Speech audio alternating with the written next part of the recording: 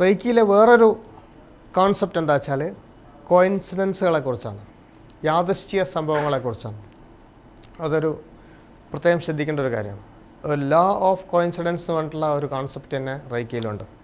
എന്ന് വെച്ചാൽ ജീവിതം യാദൃശ്ചിക സംഭവങ്ങളുടെ ഒരു ആകത്തുകയാണ്. എന്നാൽ യഥാർത്ഥത്തിൽ യാദൃശ്ചികമായിട്ടൊന്നും ഇല്ല എന്നാണ് പ്രശസ്ത എഴുത്തുകാരി ലിൻഡ ഗുഡ്മാൻ അവരുടെ സ്റ്റാർ സയൻസ് എന്ന് പറഞ്ഞ പുസ്തകത്തിൽ പറയുന്നത്.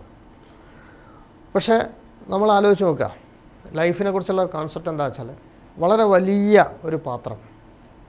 ഗുരുവായൂരൊക്കെ പോയിട്ടുള്ള ആൾക്കാർക്ക് കാണാം, അവിടെ ഈ കുന്നിക്കുരു ഇട്ട് വെച്ചിട്ടുള്ള വലിയ ഉരുളികൾ കാണാം. അതുപോലെ വളരെ വളരെ വലിയ ഒരു പാത്രത്തെ സങ്കല്പിക്കുക. ഒരു 100 മീറ്റർ ചുറ്റളവുള്ള ഒരു പാത്രം, അതിൽ നിറയെ ഗോട്ടികൾ ഇട്ട് വെച്ചിരിക്കുന്നു. ഈ ഗോട്ടികൾ ഇങ്ങനെ മൂവ് ചെയ്യണം. പല ഭാഗത്തു നിന്നും പല ആംഗിളിൽ നിന്നും പല ഗോട്ടികൾ മൂവ് ചെയ്യുന്നുണ്ട്. അതിലേതെങ്കിലും ഒരു ഗോട്ടിയെ നിങ്ങൾ ശ്രദ്ധിക്കുക, ഒരു ഗോട്ടിയെ മാത്രം പ്രത്യേകം ശ്രദ്ധിക്കുക. അത് ഇവിടുന്ന് പുറപ്പെട്ട് അങ്ങനെ പോയിക്കൊണ്ടിരിക്കുന്ന ഇടയിൽ വേറൊരു ഗോട്ടി വന്ന് എല്ലാവരും മുട്ടുന്നു, അതിൻ്റെ ഡയറക്ഷൻ മാറി. വീണ്ടും വേറൊരു ഗോട്ടി വന്ന് ഡയറക്ഷൻ മാറി. ഇത് ഇങ്ങനെ അനുസ്യൂതമായിട്ട് ഇങ്ങനെ അനന്തമായി പോയിക്കൊണ്ടിരിക്കുകയാണ്. ഇതുപോലെ തന്നെയാണ് നമ്മുടെ ലൈഫും. നമ്മൾ കണ്ടുമുട്ടുന്ന ഓരോ വ്യക്തികളും, നമ്മൾ വായിക്കുന്ന ഓരോ പുസ്തകങ്ങളും, നമ്മുടെ ലൈഫിൽ കടന്നുവിടുന്ന ഓരോ അനുഭവങ്ങളും നമ്മളെ ട്വിസ്റ്റും ടേണും ഉണ്ടാക്കുന്നു ലൈഫിൽ. അങ്ങനെ അങ്ങനെ അങ്ങനെ അങ്ങനെ പോവുകയാണ്. ഇതിനെ ലോ ഓഫ് കോയിൻസിഡൻസ് എന്ന് പറയും.